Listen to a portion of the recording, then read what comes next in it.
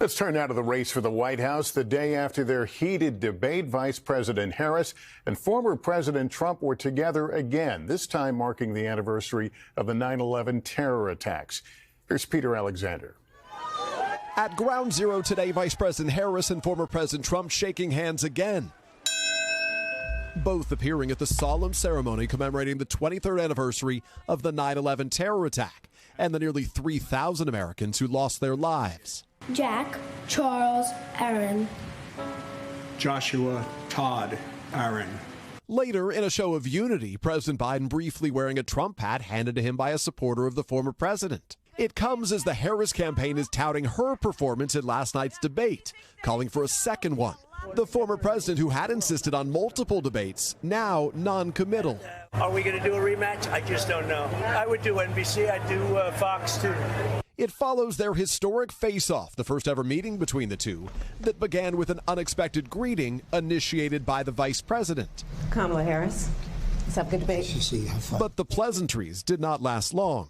This is so rich, coming from someone who has been prosecuted. I probably took a bullet to the head because of the things that they say about me. For 90 minutes, Harris delivered on her strategy to try to provoke outbursts from the former president, mocking his rallies. And what you will also notice is that people start leaving his rallies early out of exhaustion and boredom. Trump repeatedly taking the bait. She said people start leaving. People don't go to her rallies. There's no reason to go. Harris pressing her rival on his refusal to accept the 2020 election results. Donald Trump was fired by 81 million people. Clearly, he is having a very difficult time processing that. And in another dramatic moment, slamming him for praising the repeal of Roe v. Wade. You want to talk about this is what people wanted? Pregnant women who want to carry a pregnancy to term, suffering from a miscarriage, being denied care in an emergency room because the healthcare providers are afraid they might go to jail, and she's bleeding out in a car in the parking lot? She didn't want that? Though Harris did not specify if she supports any restrictions on abortion. Trump targeted Harris for her record on the economy. I've never seen a worse period of time. People can't go out and buy cereal or bacon or eggs or anything else. And on the border. They've destroyed the fabric of our country. Millions of people let in. Also going after her recent reversals on progressive policies like a fracking ban that she has since said she opposes. She will never allow fracking in Pennsylvania. If she won the election, fracking in Pennsylvania will end on day one. The vice president closing the debate on an optimistic note. We can chart a new way forward. And a vision of that includes having a plan, understanding the aspirations, the dreams, the hopes, the ambition of the American people. While Trump argued Harris is all talk and no action. They've had 3.5 years to fix the border. They've had 3.5 years to create jobs and all the things we talked about. Why hasn't she done it? As for a possible second debate, we've spoken to Trump allies who say they're going to urge Mr. Trump to do another debate because they say he allowed Harris to get under his skin.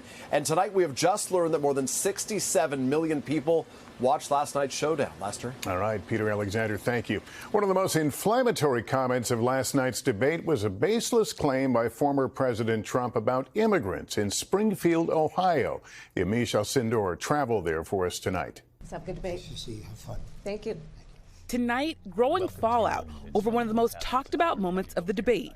In Springfield, they're eating the dogs, the people that came in. They're eating the cats. Former President Trump spreading unfounded claims that members of the growing Haitian population in Springfield, Ohio, are abusing pets. City officials say there's no evidence of that.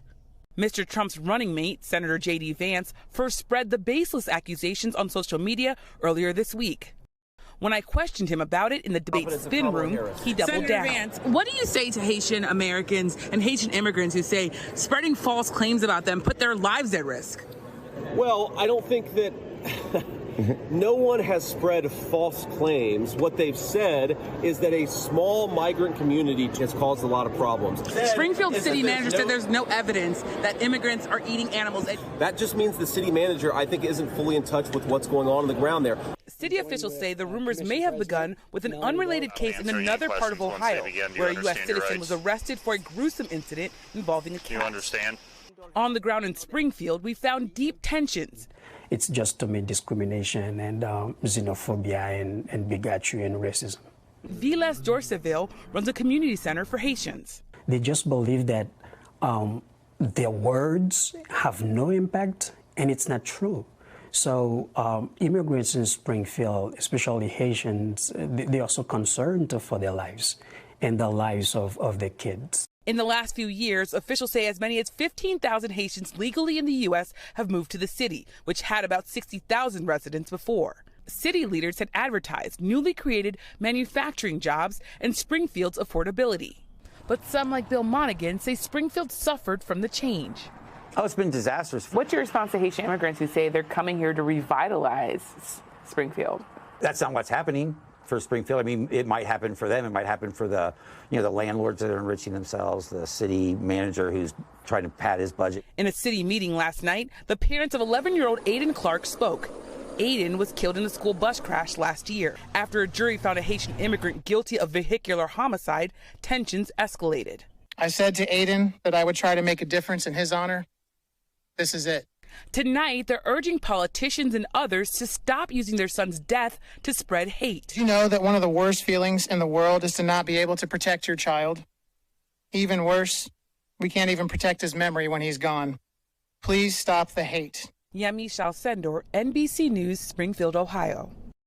Thanks for watching. Stay updated about breaking news and top stories on the NBC News app or follow us on social media.